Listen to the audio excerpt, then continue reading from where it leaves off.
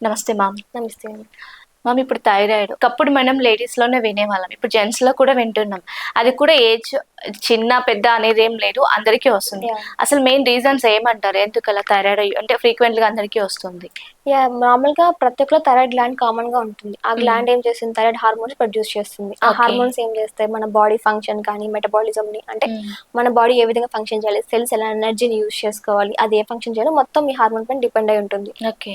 In case ఈ హార్మోన్‌లో కనుక production తగ్గినా లేదంటే ఓవర్‌గా ప్రొడ్యూస్ అయినానే అప్పుడే థైరాయిడ్ డిస్‌ఫంక్షన్ అంటాం. ఓకే. కామన్‌గా ఇది హైపోథైరాయిడిజం ఉంటుంది. హైపర్ థైరాయిడిజం ఉంటుంది. ఉమ్, ప్రెజెంట్ డేస్‌లో మేల్స్‌కి ఉంటుంది. ఫీమేల్స్‌కి ఇద్దరికీ ఉంటుంది మేడం అవును. థైరాయిడ్ బట్టి. ఇంకా చెప్పాలంటే ఎర్లీ స్టేజ్‌లో కూడా స్టార్ట్ అవుతుంది. కొంతమందికి బై బర్తే ఉంటుంది. ఇంకా కొంతమందికి స్కూల్ ఏజ్‌లో, కాలేజ్ టైమ్‌లోనే స్టార్ట్ అవుతుంది. అవును.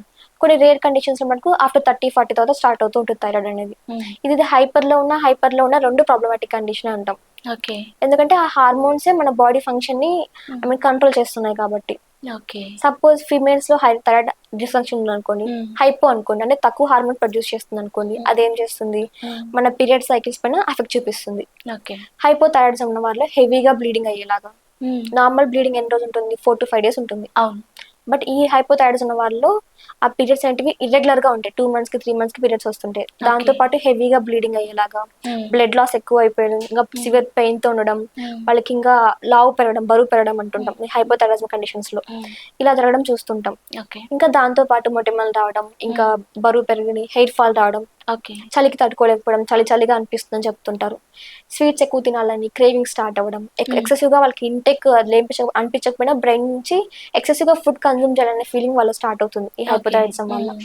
వాళ్ళు దానివల్ల లావు పెరిగిపోవడం ఇవన్నీ ఉంటాయి ఈ హైపోథైరాయిడిజంలో. ఇప్పుడు లావు కాకుండా చాలా వరకు కూడా సిక్ అవుతూ ఉంటారు థైరాయిడ్ అంటే యాహ్!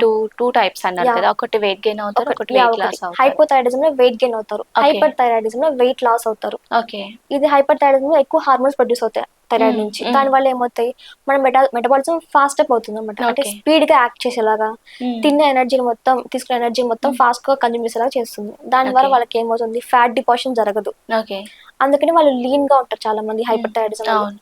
టాల్‌గా ఉంటారు, లీన్‌గా ఉంటారు. ఉమ్, దాంతో పాటు ఆ ఫంక్షన్స్ అంటే వాళ్ళు ఫాస్ట్‌గా ఉంటాయి. ఎక్సెసివ్‌గా స్వెట్టింగ్ రావడం వాళ్ళలోని. ఉమ్, లేదంటే నార్మల్‌గా ఫీమేల్స్‌లో అనుకోండి బ్లీడింగ్‌లో స్కాంటీ బ్లీడింగ్ అవ్వడం. తక్కువ అంటే 1 డే, 2 డేస్ బ్లీడింగ్ అవ్వడం. ఓకే. పెయిన్స్ ఎక్కువ రావడం. ఉమ్, వాళ్ళు చలి తట్టుకోలేకపోతారు. వీళ్ళు వేడి తట్టుకోలేకపోతారు హైపర్ ఉమ్, థైరాయిడిజం ఉన్న వాళ్ళు. ఉమ్, ఇలా ఉంటది. ఇది ఫీమేల్స్‌లో. ఓకే. మేల్స్‌లో కూడా సేమ్ ఈ థైరాయిడ్ అనేది స్పెర్మ్ పైన ఎఫెక్ట్ చూపిస్తుంది. ఓకే. స్పెర్మ్ ప్రొడక్షన్‌లో కానివ్వండి, తగ్గిపోతుంది. తగ్గిపోవడం గాని, ఓకే. లేదంటే ఇమ్మోటల్ స్పెర్మ్స్ ప్రొడ్యూస్ చేయడం, లేదంటే ఉమ్, డెడ్ స్పెర్మ్స్ ప్రొడక్షన్‌లో ఉమ్, ఇలా చేస్తుందనమాట. అందుకనే థైరాయిడ్ ఇంబాలెన్స్ అనేది బోత్ మేల్స్‌లో ఇంపార్టెంటే, ఫీమేల్స్‌లో కూడా ఇంపార్టెంటే. ఓకే. ఇది స్టార్టింగ్ స్టేజ్ లో అంటే మనకి థైరాయిడ్ ఉంది అని ఎలా గుర్తించాలంటారు? యాహ్! అండి. నార్మల్‌గా ఫ్యామిలీ హిస్టరీ ఏదైనా ఉందనుకోండి, మదర్‌కి ఓకే. కానీ ఎవరికైనా ఉన్నట్టయితే, వెంటనే వాళ్ళ ఫ్యామిలీలో కూడా ఎవ్రీ 6 మంత్స్‌కి ఒకసారి టెస్ట్ చేయించుకోవడం మంచిది. ఉమ్, అంటే ఎర్లీగా తెలుసుకునేదానికి. జెనెటిక్ పరంగా కూడా థైరాయిడ్ అనేది ట్రాన్స్‌మిట్ అవుతూ ఉంటుంది కాబట్టి. ఓకే. ఇదొక కండిషన్. దీని తర్వాత నెక్స్ట్ వచ్చేసి మన లైఫ్ స్టైల్ ఫ్యాక్టర్స్. ఉమ్, ఎందుకు ఇంబాలెన్స్ అవుతుందంటే, ఆ ప్రొడక్షన్‌ని ఇంకేదైనా ఫ్యాక్టర్స్ అనేవి డిస్టర్బ్ చేసినప్పుడే ఆ ప్రొడక్షన్ ఇంబాలెన్స్‌గా మారుతుంది. ఉమ్, ఎక్కువ అవ్వడం, తక్కువ అవ్వడం జరుగుతుంది. అవును. కాబట్టి లైఫ్ స్టైల్ సరిగ్గా చెక్ చేసుకుంటూ ఉండాలి. ఉమ్, దీంతో పాటు సడెన్‌గా బరువు పెరిగినా, లేదంటే ఇంకేమన్నా బాడీలో వేడిగా ఏమన్నా అనిపించా కానీ, చలి ఉమ్, ఎక్కువ ఉంటున్నా కానీ, ఉమ్, ఇవన్నీ ఎర్లీ సైన్స్‌లోనే ఉంటాయి ఈ థైరాయిడ్ అనేది. ఓకే. ఇలా అబ్నార్మల్‌గా సింప్టమ్స్ ఏదైనా కనిపించా కూడా వెంటనే డాక్టర్‌ని కన్సల్ట్ అయ్యి ఓకే. ఈ ఈ టెస్ట్ చేయించుకోవడం మంచిది. ఉమ్, నార్మల్‌గా దాంతో పాటు ఫీమేల్స్ అయితే అనుకోండి, ఆ పీరియడ్ సైకిల్ రెగ్యులర్‌గా ట్రేస్ చేసుకుంటూ ఉండాలి. పీరియడ్స్ ఏ విధంగా వస్తున్నాయి? బ్లీడింగ్ ఏ విధంగా ఉంది? కలర్ చేంజ్ అవుతుందా? ఉమ్, డ్యూరేషన్ ఎంత ఉంది? అదంతా అసెస్ ఉమ్, చేసుకుంటూ ఉండాలి. ఓకే. వన్స్ ఇది నార్మల్ కంటే అబ్నార్మల్‌గా అయితున్నప్పుడు వెంటనే డాక్టర్‌ని కన్సల్ట్ అయ్యి టెస్ట్ చేయించుకొని దాని పరంగా ట్రీట్మెంట్ తీసుకోవడం మంచిది. ఓకే. దీనికి థైరాయిడ్ లైఫ్ టైమ్ అంటే మెయింటైన్ చేస్తూ ఉండాలేమో కొద్ది వరకు స్టాప్ చేసుకోవచ్చా ట్రీట్మెంట్ యాహ్! అయినాక? అండి. నార్మల్‌గా బయట అలోపతి సిస్టమ్ ఎలా ఉంటదంటే ఉమ్, థైరాయిడ్‌కి లైఫ్ టైమ్ ట్రీట్మెంట్. ఉమ్, ఇంత ఎంజీ అని ఇస్తుంటారు. ఆ ఎంజీని ఇంగా ఇంక్రీజ్ చేసుకునేలాగా ఉంటుంది. ఓకే. అంటే ఆర్టిఫిషియల్‌గా మన బయట నుంచి హార్మోన్స్ తీసుకుంటున్నాం ఉమ్, చెప్పాలంటే అది. ఉమ్, హైపో గాని, హైపర్ థైరాయిడిజం గాని ఏ విధంగా అయినా కూడా బయట నుంచి హార్మోన్స్ తీసుకున్నట్టు ఉంటది. ఓకే. అదెలా ఉంటుంది? లైఫ్ టైమ్ డిపెండెన్సీ ఉంటుంది. అంటే ప్రతిరోజు మార్నింగ్ తీసుకుంటూనే ఉండాల్సొస్తుంది లైఫ్ లాంగ్. ఉమ్, బట్ హోమియోపతిలో అలా ఉండదు. హోమియోపతిలో ఎలా ఉంటుందంటే ఎందుకు ఆ డిస్ఫంక్షన్ అవుతుంది, ఆ థైరాయిడ్ మళ్ళీ హార్మోన్స్ రీగైన్ చేసుకుని ఐ మీన్ యాక్టివేట్ చేసుకునేలాగా హెల్ప్ చేస్తుంది. ఓకే. దీంట్లో లైఫ్ లాంగ్ యూస్ చేయాల్సిన అవసరం ఉండదు హోమియోపతిలో.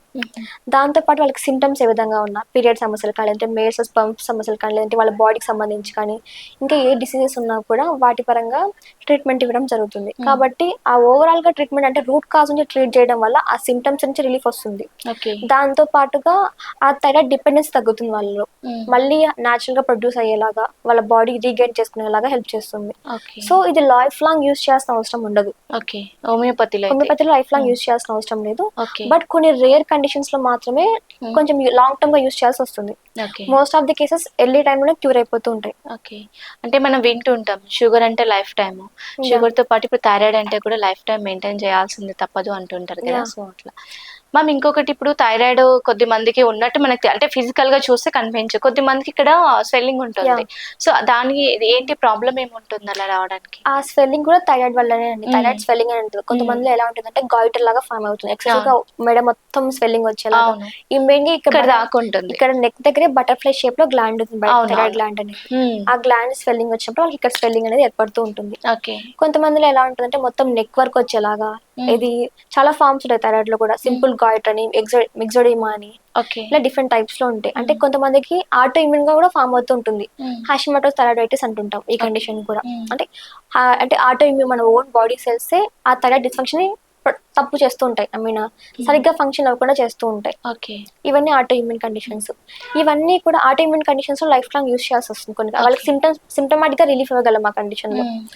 బట్ మిగతా కండిషన్స్ లో, గాయిటర్ లో కానీ, మిక్సోడిమా కండిషన్స్ లో కానీ వాటి కూడా ట్రీట్ చేసుకోవచ్చు. ఓకే. ఇప్పుడు అదే మనం అన్నట్టు ఫిజికల్ గా కొంచెం ఇబ్బందిగానే ఉంటుంది ఇక్కడ కనిపించడం అనేది. సో దానికి ఏమైనా ట్రీట్మెంట్ తీసుకోవచ్చా, తగ్గించుకోవచ్చా స్వెల్లింగ్ అనేది? యా అండి. ఓకే. అలాంటి కండిషన్స్ లో కూడా ట్రీట్మెంట్ ద్వారా స్వెల్లింగ్ తగ్గిపోతూ ఉంటుంది. ఆ స్వెల్లింగ్ ఎందుకు వస్తుంది? ఆ ఇన్ఫ్లమేషన్ అయినప్పుడు ఆ థైరాయిడ్ స్వెల్లింగ్ అవుతూ ఉంటుంది.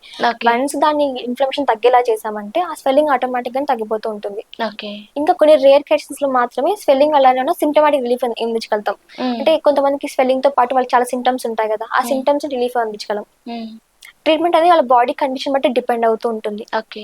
సో మోస్ట్ ఆఫ్ ది అంటే జనాలకి చాలా వరకు ఒక 1 year 2 years లో క్యూర్ అయ్యే ఛాన్సెస్ ఉంటాయా థైరాయిడ్ కి? యా డెఫినెట్లీ అండి. ఓకే. డెఫినెట్లీ క్యూర్ అవుతుంది. దట్ కూడా లైఫ్ లాంగ్ డిపెండెన్సీ ఉండదు. ఓకే. ఇంకా మెయిన్ గా చెప్పాలంటే సైడ్ ఎఫెక్ట్స్ ఫ్రీ హోమియోపతి అనేది.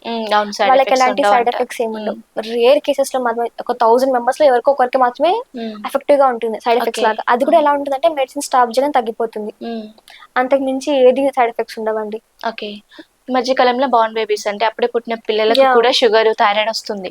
సో ఆ చిన్న పిల్లల్లో థైరాయిడ్ ఉందని ఎలా మనం గుర్తించాలి? యా, వాళ్ళు సరిగ్గా బరువు పెరగకపోవడం, తిన్న వెంటనే, లేదంటే కొంతమందిలో నార్మల్ అబ్నార్మల్ వాళ్ళ ఉన్న ఏజ్ కన్నా కూడా ఓవర్ వెయిట్ అయిపోవడం, ఓకే, లేదంటే ఎంత తిన్నా కూడా అంత అండర్ వెయిట్ గా అనిపించడం, ఇంకా దాంతో పాటు స్కిన్ మొత్తం డ్రై అయిపోతూ ఉండడం, స్కేల్స్ లాగా ఫామ్ అవుతూ ఉంటుంది, నెక్ దగ్గర స్వెల్లింగ్ రావడం, ఇవన్నీ ఉంటాయి. ఆ ఫేస్ మొత్తం మూన్ ఫేస్ లాగా అయిపోతుంది, అంటే రౌండ్ గా అయిపోవడం, ఇవన్నీ ఉంటాయి. పాట్ బెల్లీ లాగా ఫామ్ అవ్వడం, ఇవన్నీ ఉంటాయి వాళ్ళలో. సో అంత చిన్న ఏజ్ నుంచి అయినా మనం థైరాయిడ్ ఉంది అని తెలుసుకున్న తర్వాత హోమియోపతి వాడితే ప్రాబ్లం ఏం లేదా, అంటే తొందరగా క్లోజ్ చేసుకోవచ్చా ఏంటి? డెఫినెట్లీ అండి. అండ్ మనం ఎంత ఎర్లీ స్టేజ్ లో హోమియోపతి స్టార్ట్ చేసాం అనుకోండి, రిజల్ట్ అంత అక్యురేట్ గా అంత ఫాస్ట్ గా కనిపిస్తాయి. చాలా మంది ఏం చేస్తారు, అన్ని హాస్పిటల్స్ తిరిగి అన్ని మెడిసిన్స్ యూజ్ చేసి లాస్ట్ లో వస్తుంటారు. అలాంటి కండిషన్ ట్రీట్మెంట్ ఉంటుంది, బట్ కొంచెం టైం టేకింగ్ గా ఉంటుంది. ఓకే. మొత్తానికి ఏదేమైనా థైరాయిడ్ కూడా ఒక సొల్యూషన్ అనేది ఉంది. బట్ ఏంటంటే ఆ కేసుని బట్టి ఎంత పీరియడ్ ట్రీట్మెంట్ అనేది డిసైడ్ చేస్తారు. సో జెనెటిక్స్ వల్ల రావచ్చు, హార్మోన్స్ ఇంబ్యాలెన్స్, మనం తీసుకున్న డైట్ డిఫరెన్స్ వల్ల కూడా రావచ్చు. Thank you so much ma'am, మాకున్నటువంటి థైరాయిడ్ గురించి చాలా డౌట్స్ అన్ని క్లారిఫై చేశారు. Thank you.